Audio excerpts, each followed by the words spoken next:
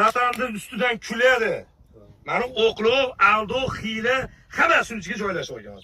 Nahot odam qo'li bilan shunchalik o'tkazib yuborilsa. Bu nimaga bunaqa qilib aldayapsizlar? Aka, bu qarang, O'zbekistonning imiji. Mana uni qarang, chiqayotgan narsani qarang. Mana. Nimaga bular solyapsizlar? Mana gilos qarang. Bu o'tib ketgan. Yo'q, mana yo'q. Xo'p, mana mashina o'zi suv chiqqan narsa solinyapti. Endi mana ularni qarang mana. Korobkadan olayotgan narsa. Mana, mo'lar qarang. Korobkani ahvoli mana. Bu qaranglar. Farzandlarimizga mashina olib yedirmaymiz-ku. Ertaga biz ustimizdan butun dunyo kuladi. Mashina narsani bizni xalqimiz qilyapti. Siz yomon tarafini ko'rsatavermayman deydi. Nimani ko'rsataylik?